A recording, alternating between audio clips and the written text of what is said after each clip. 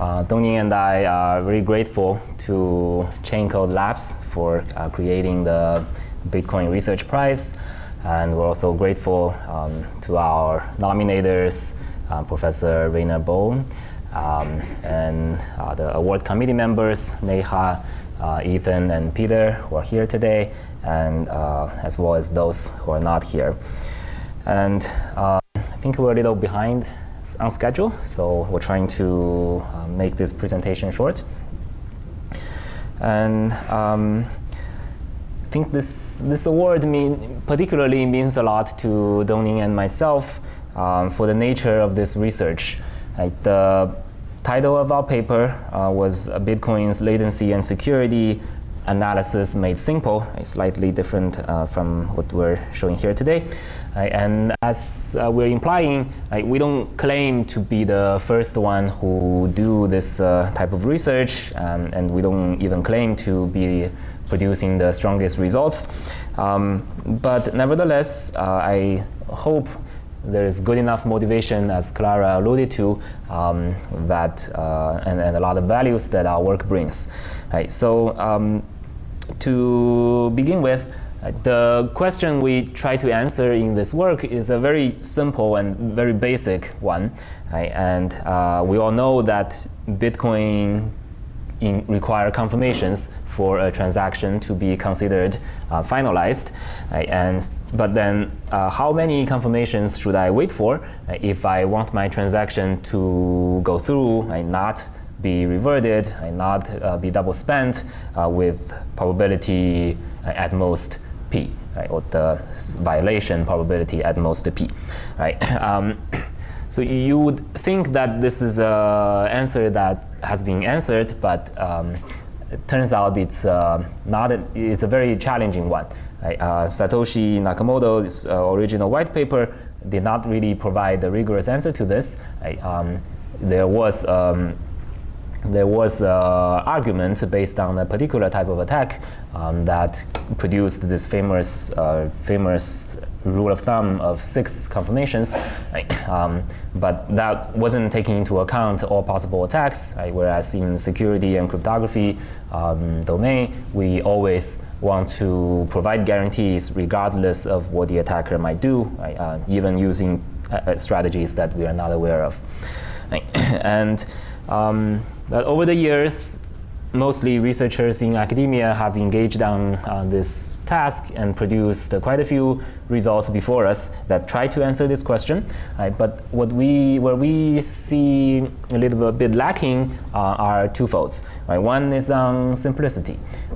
Most of those results are quite complicated, even for people working in the field, myself included.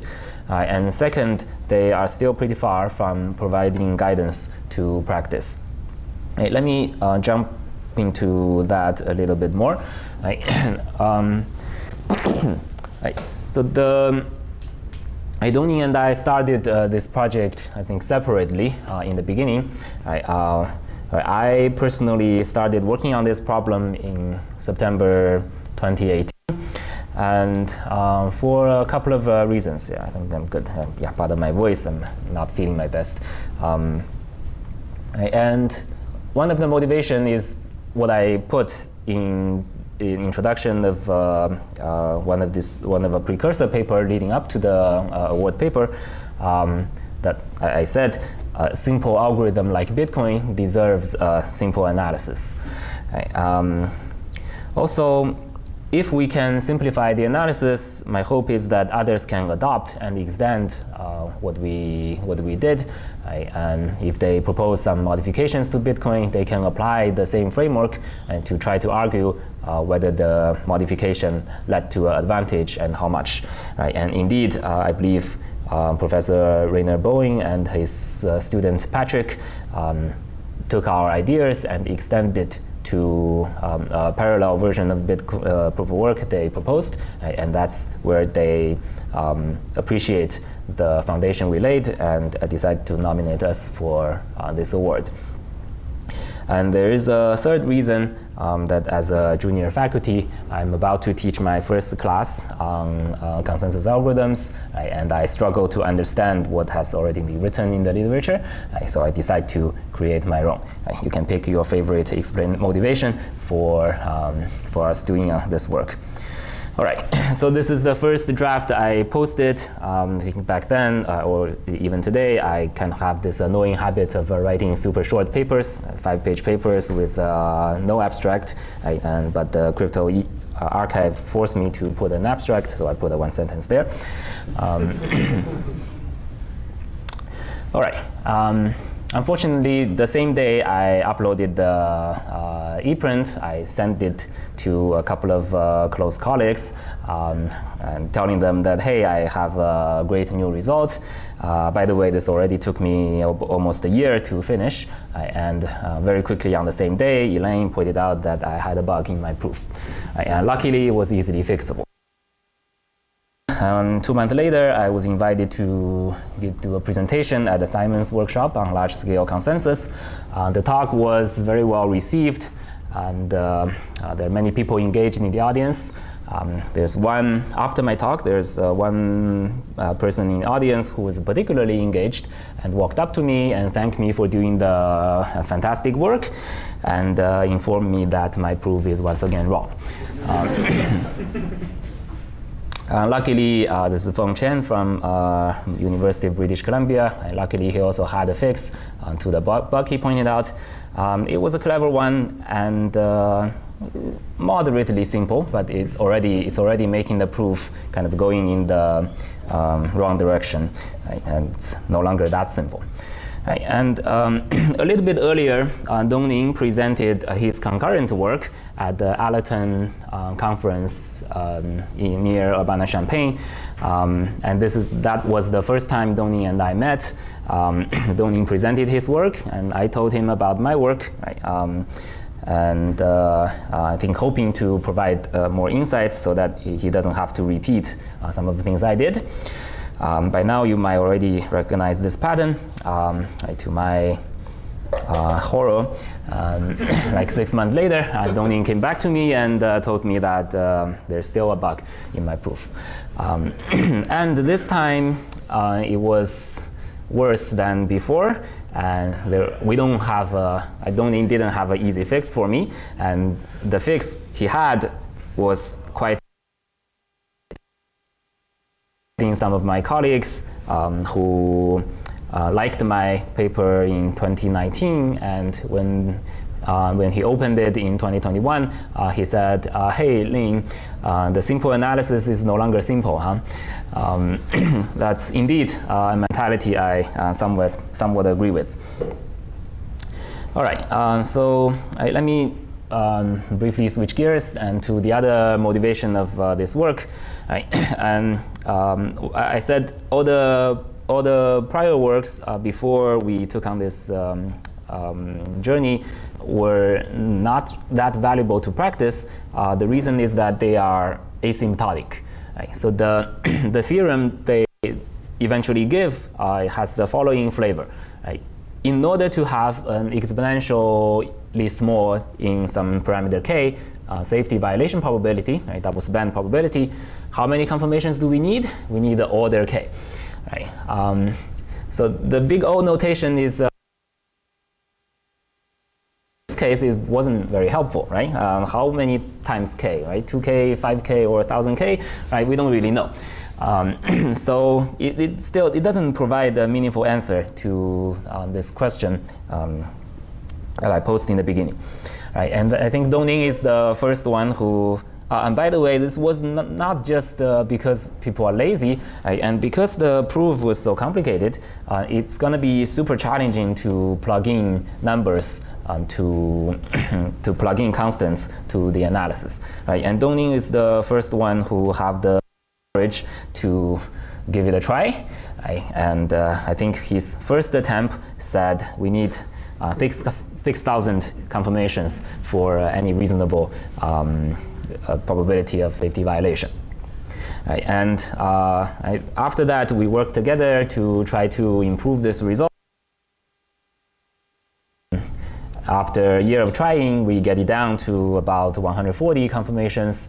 And a year later, in 2022, I was working with Peter Ghazi and Alex Russell, and together we had a couple of pair of very nice papers that eventually get it down to about 25 confirmations. Right? And this was concurrent to this award paper, right? And we actually borrowed some ideas from there.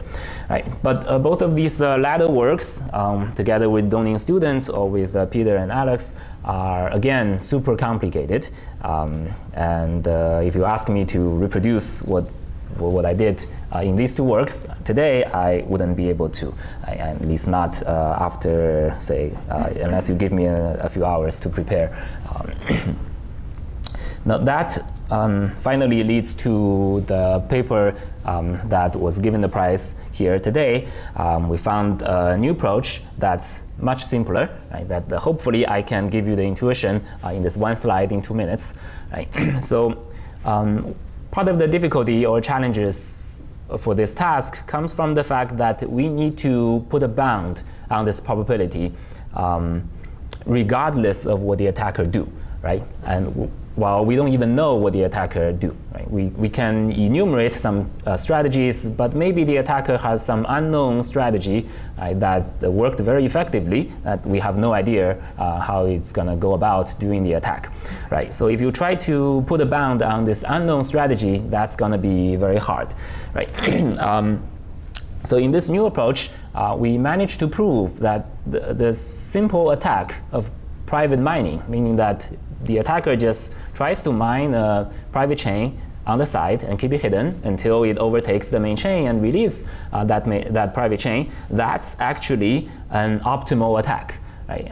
If there is no message delay in the network, right? If any message instantly arrives at the entire network.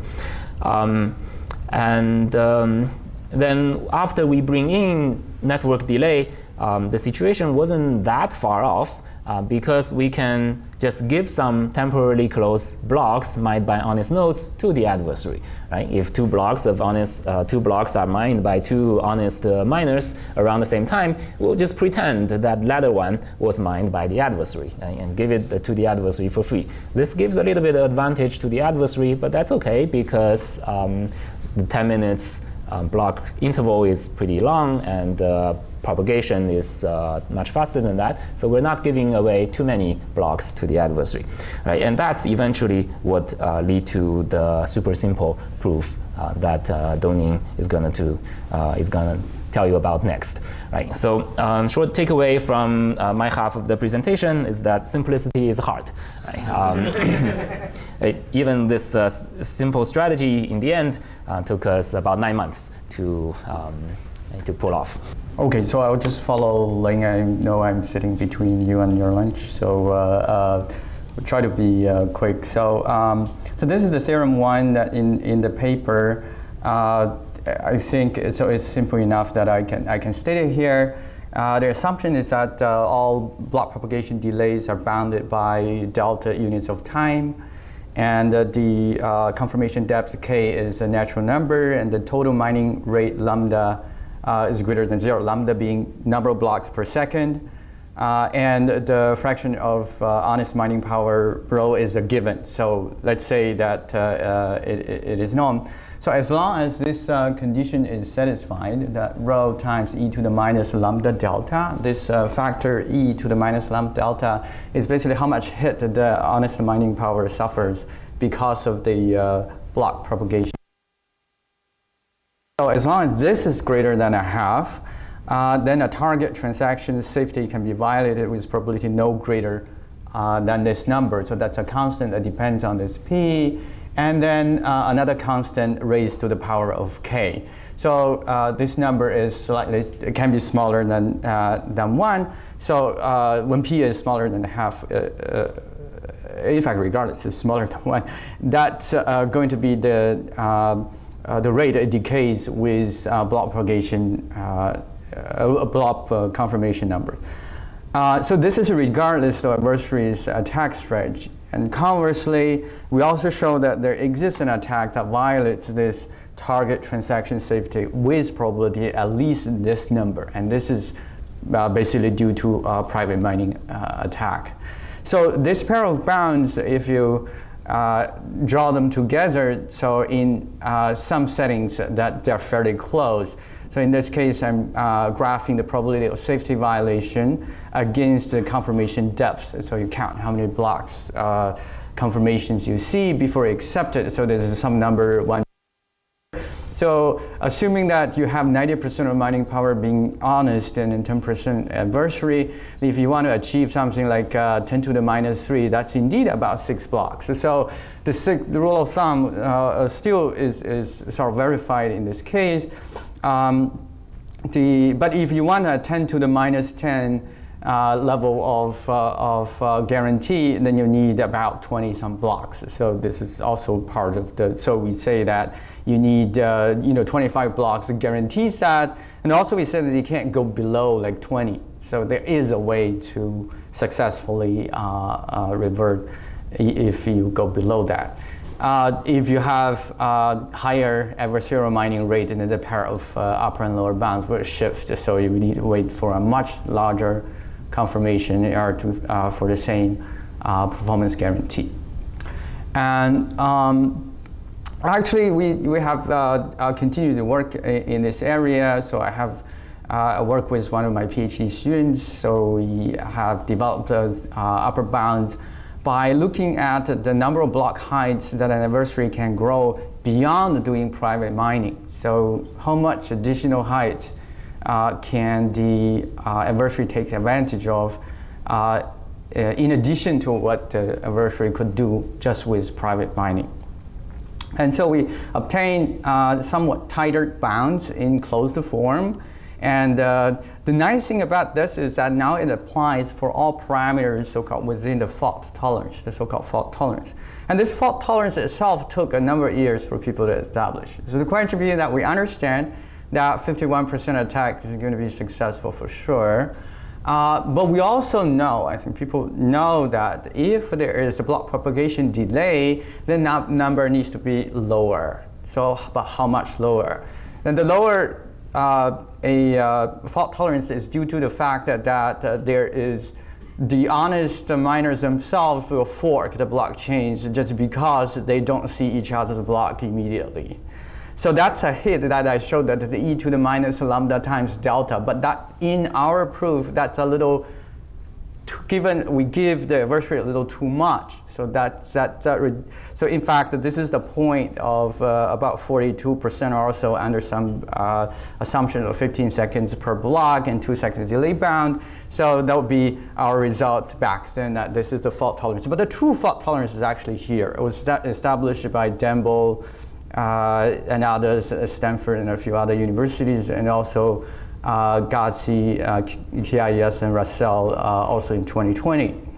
Our latest analysis here with this analytical or closed form bounds actually also establishes that fault tolerance. In fact, we have this analytical bound for finite block confirmations that applies to all the way to the fault tolerance.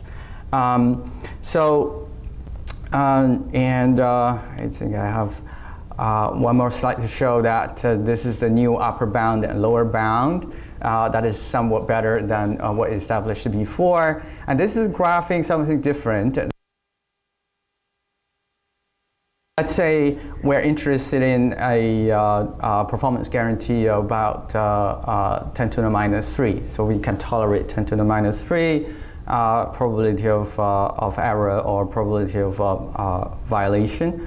Then what is then the number of blocks we need to wait, or the block confirmations we need to count until we can accept a transaction. So, and this is clearly a function of adversarial mining power. The higher the adversarial mining power, and the longer we have to wait. And so these curves are graphing that how long we need to wait to accept these transactions. And so this is the fault tolerance, is saying we cannot go any higher than this. But these curves generally go to infinity well before this. For example, the result we established in 2022, by about 40-some%. So this is already going to infinity. So that no matter how long you wait, at that point, it's not secure. So the new pair of bounds actually can grow all the way till this fault tolerance. So that's what we find very interesting. Now, why do you need to care? So it's very exciting to come here to look at people who actually develop the protocols and deploy the systems. And who write the code and actually make everything work. And so that's very exciting. Parameters in this system. Not to say that, of course, Bitcoin never changes. Okay, fine. But if you ever consider to change, so there are some some things that are here for your consideration. One is that, we know the block size has a lot to do with throughput. And of course, the blockchain fork, there was hard fork just because people couldn't decide exactly what the block size should be. And so the throughput, I generally can think of a proportional to the block generation rate, lambda, let's say blocks per second, multiplying the block size, let's say in a number of millions of bits. The delay, what we say, the propagation delay, also has to do with the block size. The larger the block size, the longer the delay. Let's say it is sort of I'm making a trivial sort of assumption that there is a finite delay even if you have a 1 bit block size. But as every additional million bits or megabits, let's say you add 1 second to this maximum block propagation delay. Then you can see that the delay will increase with the block size, and the fork rate depends on that. So the higher the delay, the higher the fork rate. So what we produced is this error probability, so bound confirmation number, and also this fork rate. For a given honest to adversarial mining ratio, whatever you feel like that's what you need to work with. And at the same time, the average confirmation latency will be k divided by lambda. So that's k is the number of blocks you need to wait. Lambda is how many blocks you produce per second. So this is the average amount of time you need to wait. So what we can see is that if you are flexible in choosing the block generation rate lambda, you're free to choose the block size, but you have to work with this given honest to adversarial mining ratio. One of the questions we pose is that what is the overall the total throughput of the system, the number of bits per second that the entire system can form consensus about, as a function of the confirmation latency or average confirmation latency, okay? So, and the way we think about it is that, we produced very recently. So this is saying that as a confirmation latency in a number of minutes, this is average confirmation latency, what is the throughput of the system? So this is in the order of kilobits. So 900 kilobits is about 1 megabits per second. So this is how fast the blockchain will grow with a guarantee of 1 in 1,000 violation rate. I mean, you can make it 10 to the minus 10, 10 to the minus 20 if you wanted. It's just the graphs will shift a little bit. And the way is largely dependent on this fork rate. So the current Bitcoin's fork rate is something like 1-2%. It's very, very conservative. So we think that if you let that number go a little higher, and then you use larger blocks and you can use higher block generation rate. So with all the parameters optimized, so this is roughly the curve that we're looking at. So if you can tolerate, so depending on how large of a fork rate you can tolerate, the highest here we can produce is something like close to several hundred kilobits per second at a confirmation of in a matter of tens or thousands of minutes. So depending on where you want the curves to be.